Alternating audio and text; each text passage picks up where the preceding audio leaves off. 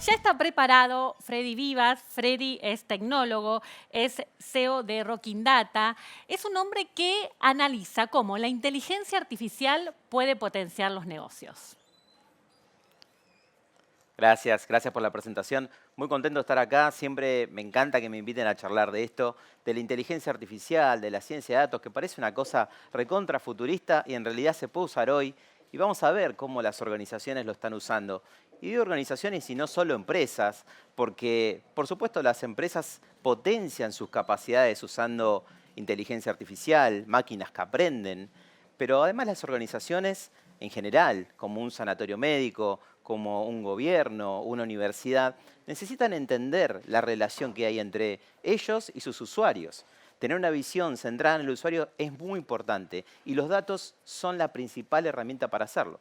Pero antes de meternos en profundidad a charlar de esto, les quiero mostrar esta imagen que me encanta. Cuando la vi la primera vez, me puse a pensar qué pasaba en esa época, 1956. Estamos hablando de una imagen en Silicon Valley, esta gran área del mundo donde la tecnología avanza muy rápido. Fíjense, en 1956, eso es un disco rígido. Estaban trasladando y mirando todos qué pasaba con ese disco rígido. Ese disco rígido, para aquellos que están en la casa mirando esto, para que se pongan a jugar, piensen cuánta información podía llevar. Bueno, les digo, 1956, 5 mega. 5 mega, ¿qué es? Es una imagen que pasamos por WhatsApp en un segundo. Y en esa época, esto es lo que pasaba. ¿Qué pasó de aquella época, de 1956 a este año, para que estemos hablando de todo lo que estamos hablando? Bueno, pasaron un montón de cosas. Pasó el Big Data, pasó que digitalizamos todo. Lo que hicimos fue digitalizar todas las experiencias. Cómo compramos, cómo estudiamos, cómo escuchamos música, cómo pedimos comida. Y esa digitalización nos lleva a tener el ecosistema que tenemos hoy de grandes organizaciones digitales. Organizaciones como estas, que lo que saben hacer es usar los datos, que nacieron digitales y que esos datos les permiten entender mucho mejor la experiencia con sus clientes.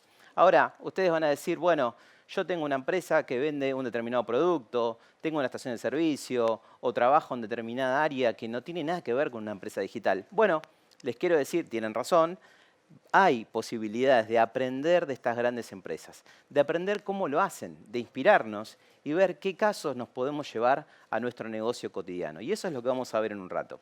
Ahora, estas empresas sin duda son líderes de sus industrias y la clave del éxito es los algoritmos. Los algoritmos, y podemos decir algoritmos como los modelos que vamos a ir comentando en un rato, son las soluciones que les dan a sus clientes en escala, en forma automatizada.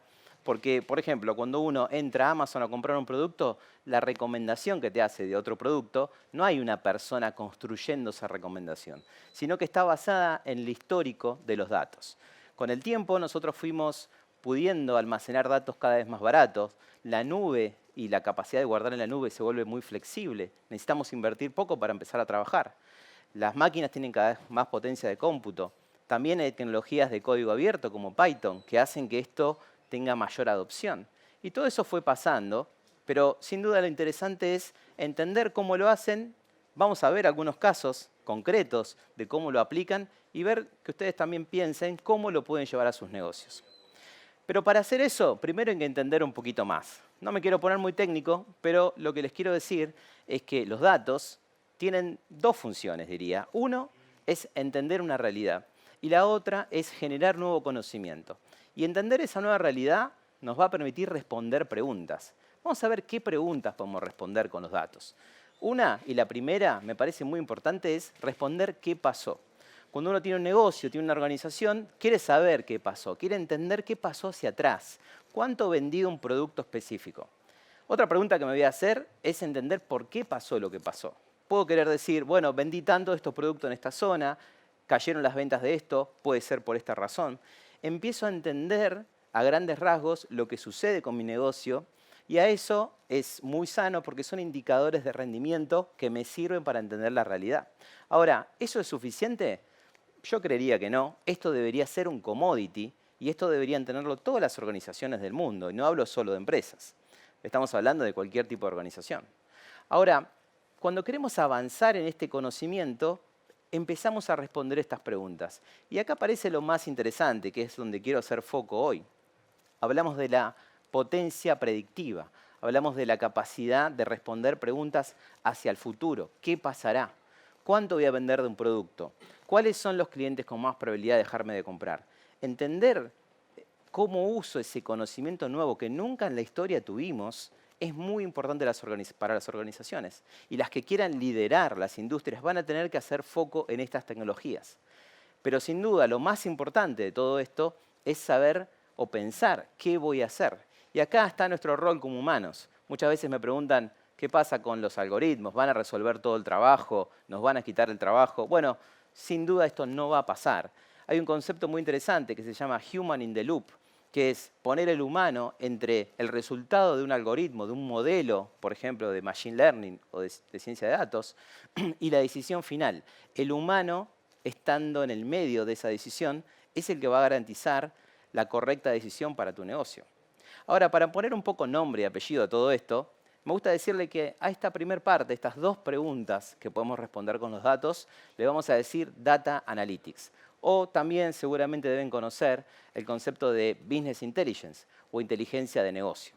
La inteligencia de negocio, en general, durante muchos años, se utilizó para responder estas preguntas. Ahora, la tecnología de la cual estamos hablando para ver el futuro a través de los datos, para poder predecir con determinada probabilidad, usando estadística, matemática y tecnología, por supuesto, es la ciencia de datos. Y vamos a hablar específicamente de eso, de cómo la ciencia de datos me puede servir para anticiparme a situaciones y disminuir el riesgo en la toma de decisiones, porque para eso hacemos todo esto, ¿no?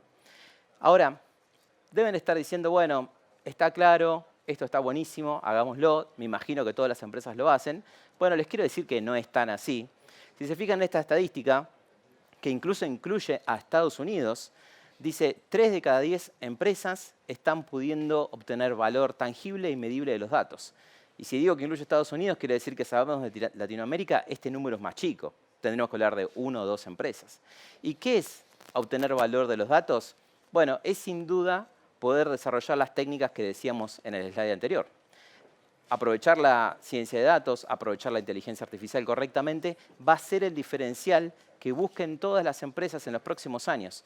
Hay muchas empresas que hoy están poniendo iniciativas de inteligencia artificial como prioridad número 1 para poder asignar los recursos necesarios para que esto funcione. Ahora, en la práctica, hoy hay muchas dificultades y los invito a pensar en lo que ustedes hacen cotidianamente, qué fallas ven o qué cosas se podrían mejorar para desarrollar proyectos con mayor agilidad. Lo que buscamos en las investigaciones que vemos generalmente apunta a 3 puntos, que son estos 3 que están acá. Mejorar la calidad de datos. La mayoría de las organizaciones nos dicen la calidad de datos que tengo no es suficiente. Otras veces nos dicen hay expertos de datos pero no son suficientes, no conocen de mi industria. Claro, hay pocos y hay que desarrollarlos. Es también una responsabilidad de las empresas. Y el último punto es que hay pocas empresas que estén poniendo en producción estos proyectos. Funcionan en la computadora de una persona, pero cuando se ponen en producción aparecen, por supuesto, la realidad con fallas con sistemas viejos, con calidad de datos que no sucede, no aparece en tiempo real como lo necesitamos. Por supuesto, estas son algunas cuestiones. Están más las culturales y organizacionales, que las vamos a mencionar al final. Ahora, si pensamos en lo que queremos nosotros como líderes de las organizaciones, lo que vamos a buscar es acelerar la adopción. ¿Cómo hacemos para traer esto más rápido? ¿Cómo no tengamos que esperar, no sé, 2 años, 3 años para que pase algo? Sino que tenemos que buscar la manera de hacerlo rápido. Y para hacerlo rápido, yo humildemente creo que hay que pensar en 3 ejes. Los ejes son personas, tecnología y casos. Y lo que digo es pensar, por supuesto, analizando cómo invierto en esos 3 ejes en simultáneo.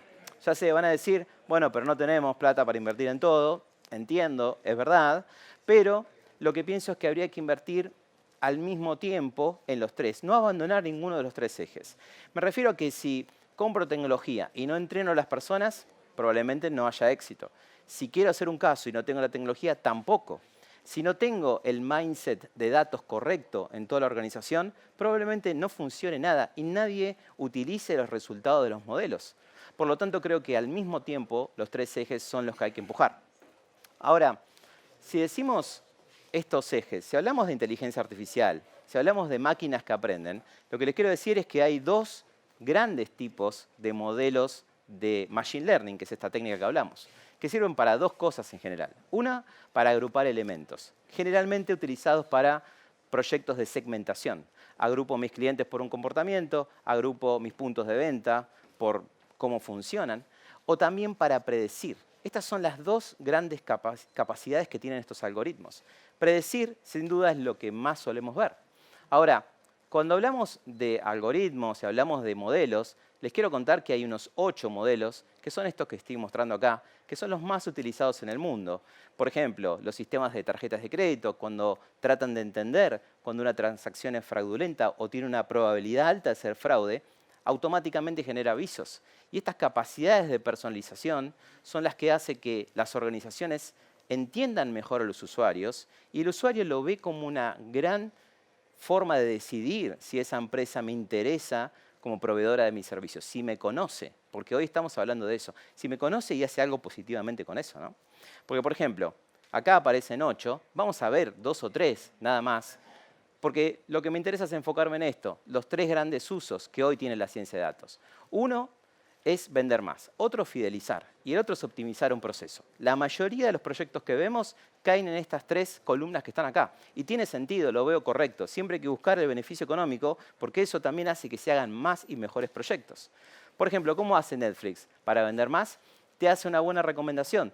Entiende tu comportamiento, te segmenta en la plataforma en base a qué te gustó, qué celular usás, si lo ves en una tele, qué horarios usás para ver películas y qué horarios para ver documentales. Entiende eso y te hace una recomendación.